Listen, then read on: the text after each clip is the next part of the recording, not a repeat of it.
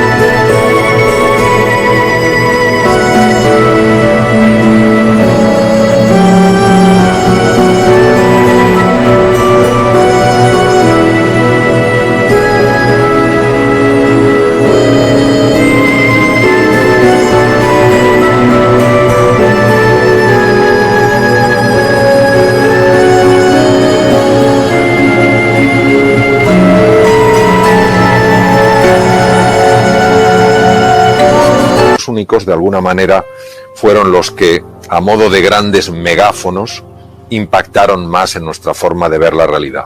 Newton, por ejemplo, de alguna manera nos hizo ver un universo alejado de nuestra propia experiencia vital, un universo que se podía medir, que se podía pesar, que se podía analizar.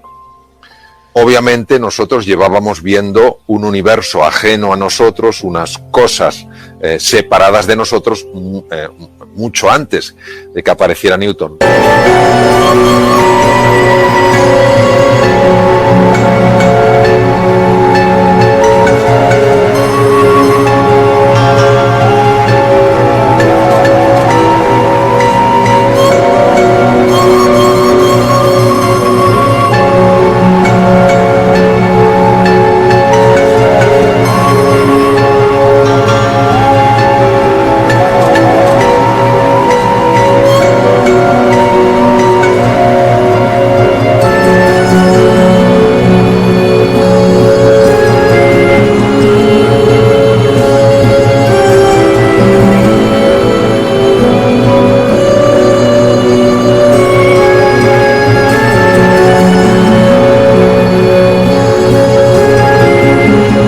de alguna manera Newton reforzó la relación del mundo interior con el mundo exterior. El mundo interior se podía acercar al mundo exterior, los planetas, las leyes de la Tierra, como un explorador que hiciera una fina disección, que analizara, que conceptualizara aquello que había.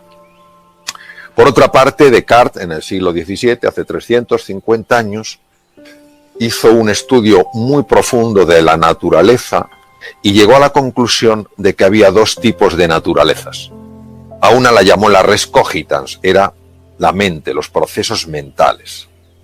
Y otra era la res extensa, lo físico, lo que se puede pesar y medir, por ejemplo, el cuerpo. Y él consideró que lo único realmente fiable era la mente, y que el otro no era tan fiable porque los propios sentidos te podían engañar.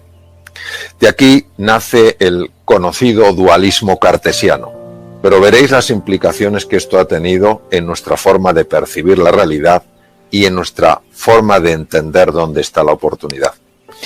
Descartes pensó que los procesos mentales no podían afectar a los procesos físicos sencillamente porque no había conexión entre ellos. La res cogitans, lo mental, y la res extensa, lo medible, lo pesable, eso no estaban conectados. Con lo cual, nosotros éramos puros observadores pasivos de una realidad que podíamos, siguiendo a Newton, analizar, describir, categorizar y explicar. Esto tiene unas implicaciones de tal profundidad que si nos paramos a pensar y conseguimos que haga clic esto en dimensiones hondas de nuestra existencia, se produce un antes y un después. Resumiendo lo que hemos visto hasta ahora, Newton y Descartes, como muchos otros científicos y filósofos anteriores, nos hacen percibir que el mundo exterior está fuera, el mundo interior es el que está dentro de mí, no están conectados, y lo que yo puedo hacer en relación al mundo exterior es sencillamente entenderlo, manipularlo, analizarlo, categorizarlo y explicarlo. ¿Qué es lo que ocurre? Pues que esto lleva al ser humano a una situación apasionante. Una situación apasionante cuando el mundo que ha conocido, el mundo exterior que ha conocido, cambia bruscamente. Ya no es el mundo de antes. Si os dais cuenta, antes podíamos pasear donde nos diera la gana. Podíamos ir a un cine, podíamos ir a un teatro, podíamos ir a un restaurante a celebrar una noche magnífica con nuestros amigos, podíamos abrazar a nuestros padres, a nuestros hermanos, a nuestros amigos, darnos la mano, darnos besos. Y ese mundo de repente desaparece. Teníamos una situación económica que nadie podría decir que era especialmente fácil, pero estaba más o menos gestionada. Teníamos nuestros problemas, nuestras dificultades, y de repente enormes paralizaciones de empresas. No se puede ir a los hoteles tienen que cerrar. ¿Qué pasa con el turismo? ¿Qué pasa con los aviones, líneas aéreas que quiebran? Entonces, este mundo de repente adquiere todo aquello que a nosotros los seres humanos nos disgusta. Incertidumbre, ambigüedad, volatilidad, complejidad. Me siento inseguro. Y entonces tiendo a aferrarme a lo que sé hacer, a mantener mi estatus como sea, a seguir fiel a mi grupo, porque lo que quiero es sentirme seguro. Ahora, aquí es donde nos tenemos que parar un instante, queridos. ¿Por qué me siento seguro en mi zona de confort? ¿Y por qué me siento inseguro ante ese otro mundo exterior a mí que ha cambiado? Precisamente porque me veo ajeno a él. Creo que el mundo exterior está ahí, el mundo interior está aquí. Por eso cuando me han hecho alguna entrevista y me han preguntado ¿cuál cree que es el mundo que nos vamos a encontrar? De nuevo vemos en esta misma pregunta el reflejo del paradigma de la forma de ver de Cartesio. Nos lo vamos a encontrar porque es ajeno a nosotros. ¿Y si esto fuera un error de primer orden? Que tuviera unas consecuencias absolutamente extraordinarias. Imaginaros el mundo que se nos puede abrir si descubrimos que hay un error tanto en la visión de Newton como en la visión de Descartes y en la visión de muchas otras personas. Dejadme que os explique ahora un aspecto de lo que se llama la neurociencia afectiva. La neurociencia afectiva es la parte de las neurociencias, las ciencias del sistema nervioso, que estudia todo lo que tiene que ver con el mundo de los sentimientos y de las emociones. En el centro de la imagen veis un punto rojo. Ese punto rojo es la amígdala. La amígdala, hay dos amígdalas, las que tenemos obviamente en la garganta y las que tenemos en el cerebro, que no tienen por supuesto nada que ver. Me refiero naturalmente a las que tenemos en el cerebro. En ese núcleo que veis ahí, tan pequeñito, tiene el tamaño de una almendra aproximadamente, está ni más ni menos que el núcleo central del miedo. Es nuestro detector de miedo. ¿Qué quiere decir? Que si yo este mundo que está envuelto en una pandemia, solo lo percibo como ajeno a mí, a ver qué más desgracias me trae. Si solo veo un mundo incierto, hostil, volátil, ambiguo, y yo me veo a mí mismo como una víctima que tiene que ver cómo sale adelante ante esta tormenta que está sacudiendo a la humanidad entera, os voy a decir lo que pasa. Lo que pasa es que se activa ese núcleo central del miedo en la amígdala y se desactiva lo que veis ahora en color rojo. Ni más ni menos que la parte del cerebro que es absolutamente imprescindible para adaptarse. Es un momento para recordar la frase genial de Charles Darwin: no es la especie más fuerte ni la más inteligente la que sobrevive, sino la que mejor se adapta. ¿Cómo nos vamos a adaptar, queridos? Si la parte del cerebro, la parte más moderna, la corteza prefrontal, no funciona adecuadamente porque está activado el núcleo central del miedo. Ni podremos negociar, ni podremos ser creativos, ni podremos innovar, ni podremos emprender, ni podremos cooperar, ni podremos descubrir la oportunidad en medio de la dificultad, porque si hay una estructura en el cerebro clave precisamente para que eso suceda, es esa región, las áreas prefrontales del cerebro. Luego nosotros tenemos que ver cómo se puede desactivar ese núcleo central del miedo para que pueda mantenerse activada la zona que nos va a permitir a todos adaptarnos, mejorar, crecer y evolucionar. Como lógicamente soy médico, he ejercido la cirugía 26 años, aunque desde hace unos largos años ya no estoy en el ejercicio clínico, sino en la investigación y en escribir y transmitir estos conceptos, sí me importa mucho deciros que cuando se enciende el núcleo central del miedo en la amígdala, no solo se desactiva la parte anterior del cerebro, que es precisamente, como hemos comentado, la que nos ayuda a adaptarnos, es que además tiene profundos efectos a nivel del cuerpo. Si veis en la zona inferior de la presentación, con un color rosado, veréis que pone cortisol. El cortisol es una sustancia, es una hormona producida por las glándulas suprarrenales y que se utiliza mucho en medicina en situaciones muy importantes. De hecho, ha sido muy utilizado cuando en la situación actual con el COVID-19 se producía una reacción excesiva del sistema inmune y un cuadro inflamatorio. Se utiliza también en los trasplantes, etc.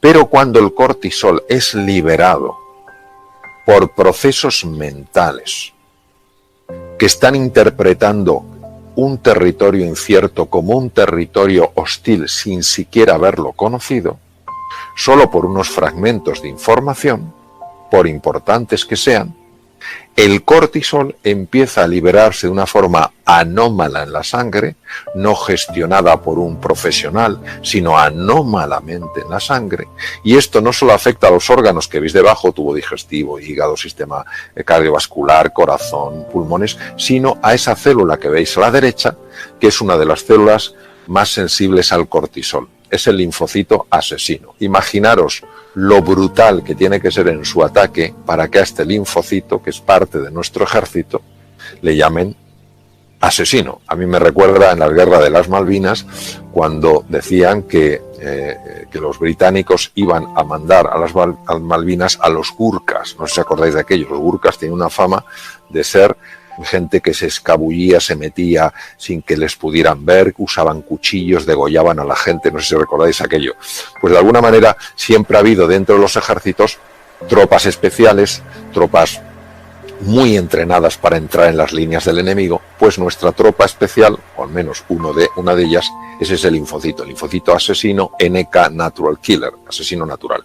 Bien, este es un linfocito especializado en el ataque sobre todo a dos tipos de agentes nocivos: las células cancerígenas, número 1, y los virus. Acordaros que el COVID-19 es un virus.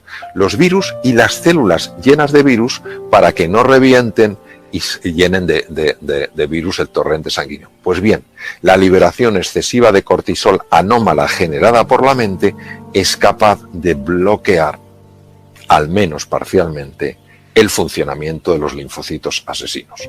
Fijaos qué curioso como en un momento determinado, donde tenemos que tener un sistema inmune lo mejor modulado posible y unas capacidades cognitivas lo más hábiles, precisamente para que nos podamos adaptar, fijaros qué curioso cómo cuando uno está contemplando el mundo exterior ajeno, hostil, sucede todo lo contrario. Cae nuestro sistema inmune, su modulación empeora y las capacidades para adaptarse también bajan. Por eso nosotros tenemos que cambiar esta pregunta. ¿El mundo que nos vamos a encontrar? No. El mundo que juntos podemos crear. Y aquí es donde vamos a dar el salto cuántico, nunca mejor dicho, porque tenemos que traer a primera línea como protagonistas de esta escena a dos de los físicos cuánticos más notables que han existido. Por supuesto, ha habido otros como Niels Bohr, el danés, que ganó el premio Nobel en 1922, el premio Nobel de Física, justo el año posterior al que lo ganó Albert Einstein. David Bohm, que conoció a Einstein, trabajaron juntos, quiero decir, en el mismo lugar en Princeton, en la Universidad de Princeton, Estados Unidos, y son estos físicos, Bohm, Einstein, Niels Bohr, etcétera, etcétera, los que nos han descubierto dónde estaba nuestro gran error. Y el gran error está en lo siguiente: el mundo exterior y el mundo interior solo están separados en apariencia. En apariencia, como decía Niels Bohr, hay una verdad, es verdad. La física newtoniana, claro que es verdad en el mundo de las formas, en el mundo de las apariencias. Claro que en el mundo de las apariencias lo que decía Descartes parece que es verdad, que la mente va por un lado y el cuerpo va por otro. Sin embargo, los físicos cuánticos, Niels Bohr, Einstein, Bohm, nos introducen en un plano profundo de la realidad. Es como si solo conociéramos la superficie del mar. Y Newton y Descartes nos hubieran hablado de la superficie del mar, que tiene cosas apasionantes. Y está la tierra firme y nos la hubieran descrito, diríamos, qué maravilla, qué continentes. Y que físicos cuánticos como Niels Bohr, Einstein o Bohm nos hubieran metido en las profundidades del mar y nos hubieran enseñado los tesoros que hay. Las cosas tan extraordinarias, por ejemplo, solo deciros que gran parte de las sustancias que se utilizan para destruir el cáncer se obtienen de esponjas marinas, no de cosas que están en la superficie. Por tanto, la física cuántica jamás ha estado en contra de la física newtoniana. Lo que ha hecho es complementarla, lo mismo que el fondo del mar no está en oposición a la superficie del mar o a la tierra firme. Pero claro, es que lo que nos han revelado los físicos cuánticos es de una profundidad insospechada. ¿Qué nos han revelado? Nos han revelado algo que es que el observador influye en lo observado. ¿Pero cómo es posible? ¿Pero qué me dices si yo lo que yo observo está fuera? Y yo soy el observador que estoy aquí dentro. ¿Cómo yo voy a influir fuera? Pues sí, señor. Hay una dimensión de la realidad en la que nosotros estamos influyendo fuera con nuestra forma de pensar, con nuestra forma de sentir, con nuestra forma de actuar. Y cuando tiras del hilo y te vas para atrás, te das cuenta de que Carl Gustav Jung, probablemente de los psiquiatras más extraordinarios que ha existido, ya lo vio. te das cuenta de que los miembros de la llamada filosofía perenne, es decir, los que no tienen la filosofía que te sirve toda la vida, Nisargadatta, Lao Tzu, Confucio, todos hablan de esto. Pero ha tenido que ser la física la que nos abra los ojos y diga, ojo, porque lo que está sucediendo dentro de ti va a tener un impacto fuera de ti, porque el observador y el observado están mucho más conectados de lo que te imaginas. Y por eso tenemos a alguien de la talla de Blake, William Blake, inglés, nació en 1757 y fue otro de los grandes filósofos para mí, aunque él era poeta, él era un magnífico grabador. Tú lees, yo lo leo a través de grandes expertos porque Blake es muy difícil de entender, William Blake, pero tú lees fragmentos de Blake y te sacuden por dentro y no sabes por qué. Luego tienes que leer a los grandes expertos, Taylor, etcétera, que se han pasado 40 años estudiándolo, etcétera, para comprender en mayor profundidad lo que querían decir. Pero fijaos lo que decía William Blake, si las puertas de la percepción, ¿de qué estamos hablando? De abrir la mirada, de que ya no hay un mundo fuera y un mundo dentro, sino que es un mismo mundo que da la apariencia que una parte está fuera y otra dentro. Si las puertas de la percepción fueran limpiadas, física cuántica, la realidad parecería como es, infinita. El mundo en un grano de arena, el paraíso en una flor, la eternidad en una hora, todo lo existente en la palma de mi mano. Pero es que hubo un científico por el que yo siento absoluta pasión. Voy por cada sitio que voy en el mundo, me muevo en el mundo, hablo con don Santiago con pasión.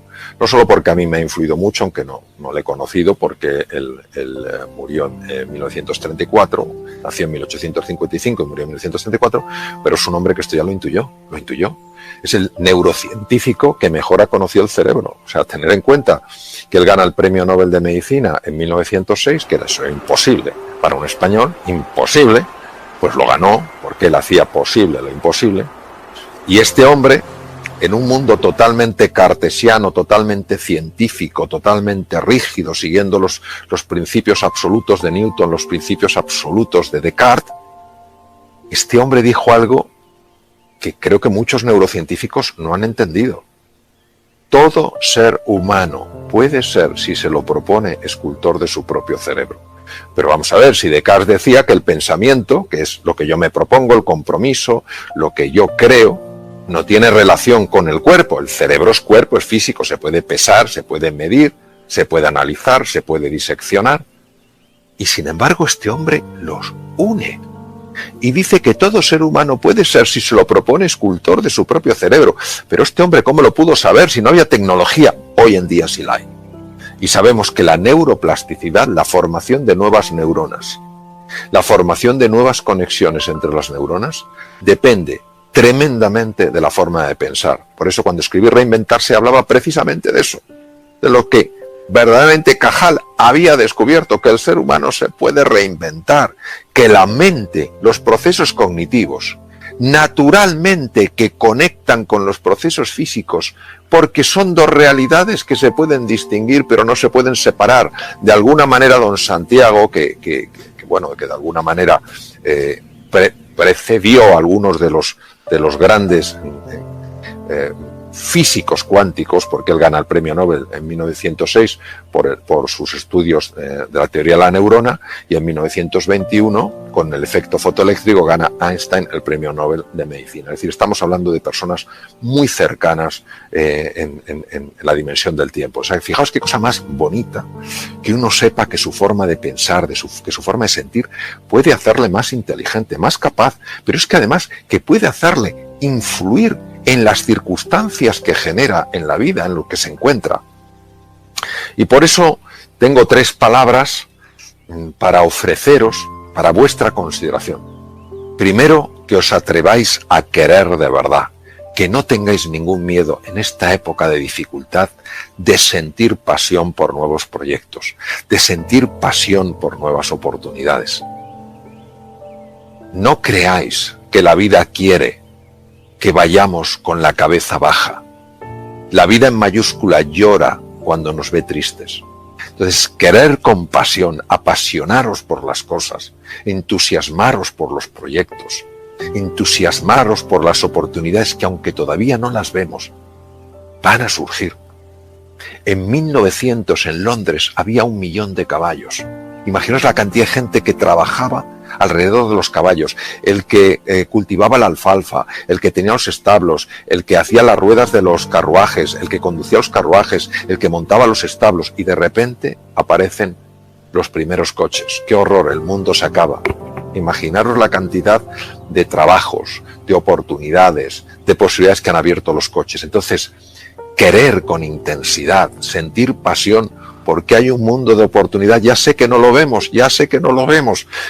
Comentaba al principio de esta sesión que la oportunidad disfruta yendo absolutamente disfrazada, que no se la vea. Segundo, una vez que os hayáis apasionado, empezar a imaginar eso cómo se puede hacer realidad. Uno de los errores que cometemos, desde mi punto de vista siempre, en cuanto a la imaginación, es confundir la imaginación con la fantasía. La fantasía es un acto donde dos elementos desconectados y inconexos yo los uno. Por ejemplo, si pienso en un unicornio, pues cojo un caballo, pienso un animal que tenga un cuerno, como puede ser un rinoceronte, los uno y tengo un unicornio. Eso es una fantasía. Es fantasía. La imaginación es una capacidad creativa en el ser humano. Cuando tú quieres de verdad algo y empiezas a imaginarlo, empiezas a crearlo. Por eso uno acaba creando lo que imagina, porque como el observador se afecta al observado, lo que tú imaginas que está animado con el fuego de la pasión busca su expresión natural en el mundo exterior, generando circunstancias favorables para tu avance, para tu progreso. Porque el mundo interior y el mundo exterior, de nuevo, recordémoslo, son parte de la misma realidad. Podemos distinguirlo, pero no podemos separarlo. Lo que sucede dentro de mí también afecta a lo que me pasa a mí. Entonces, y para abreviar, haciendo un resumen, evitemos, queridos, tomar la posición de una víctima. Ya sé que esta situación es dura. Hablo con conocimiento de causa. Esta situación es muy dura. No le quitamos dureza. Ahora, esta situación no es más dura ni más fuerte que lo que somos nosotros, sacando nuestra mejor versión y ayudándonos unos a otros. Enfoquémonos en conseguir lo que queremos, no evitar lo que no queremos. Si estamos hablando de pasión, si estamos hablando de entusiasmo, uno no se entusiasma por evitar lo que no quiere, uno se entusiasma por conseguir lo que realmente quiere. Recordemos siempre que la imaginación tiene en sí la capacidad de crear, no solo de describir, sino de crear, de materializar. Utilicemos un lenguaje que nos ayude, no que nos anule. El lenguaje es nuestro pensamiento. Nuestro pensamiento es lingüístico. Si no tuviéramos lenguaje no podríamos pensar. No se puede pensar sin lenguaje. No es posible. Son lo mismo. Y decía el gran filósofo austriaco Wittgenstein, los límites de mi lenguaje son los límites de mi mundo. Si usamos palabras constantemente como problema, hecatombe, desastre, tristeza, lamentación, horror, nuestro mundo se va a hacer muy pequeñito. Si reconocemos que eso existe y ponemos el énfasis en la oportunidad, en el desafío, en la cooperación, en la generosidad, en la pasión y el entusiasmo, nuestro mundo se va a expandir. Y sencillamente esto no se trata de vender nada. Esto se trata de compartir algo que cuando uno de alguna manera, aunque sea humildemente, lo engancha, te abre un mundo de posibilidad. Entonces, que nos abramos a la posibilidad de que lo extraordinario pueda manifestarse en nuestra vida, en tu vida. Napoleon Hill no es un hombre muy conocido en España, es un hombre muy conocido en Estados Unidos, ya falleció hace muchos años. Y siempre me impactó mucho esta frase que le corresponde a él y por eso hay que poner su nombre al lado de la frase. La oportunidad viene envuelta en ropa de faena. Su forma de describir que la oportunidad no viene con bombo y platillo, como describía yo al comienzo de esta sesión. La oportunidad viene envuelta en ropa de faena. quien está en posición de víctima, quien está utilizando un lenguaje donde solo caben los problemas, las dificultades, las limitaciones, los desastres, las hecatombes, no la va a ver. Quien cree que el mundo exterior está fuera y el mundo interior está dentro, no la generará, y si no la genera tampoco la verá. Napoleon Hill pasó 25 años de su vida, un encargo que le hizo una persona muy reconocida en los Estados Unidos, pasó 25 años de su vida estudiando la vida de la gente que había podido salir adelante en situaciones muy complicadas. Y llegó a la conclusión de que al final es esto. Si tú te entusiasmas, si tú imaginas, si tú cada vez que te caes al suelo, en lugar de quedarte mirando el suelo, empiezas a mirar al horizonte, empiezan a manifestarse, a aparecer oportunidades en tu vida. Entonces eso es lo que yo quiero dejaros como final de esta sesión, que busquéis la oportunidad, que esa oportunidad está, que uséis los recursos extraordinarios que tenéis para decir sí a la vida, para decir sí a este nuevo mundo que nos encontramos. Cuidaros mucho y un abrazo muy fuerte.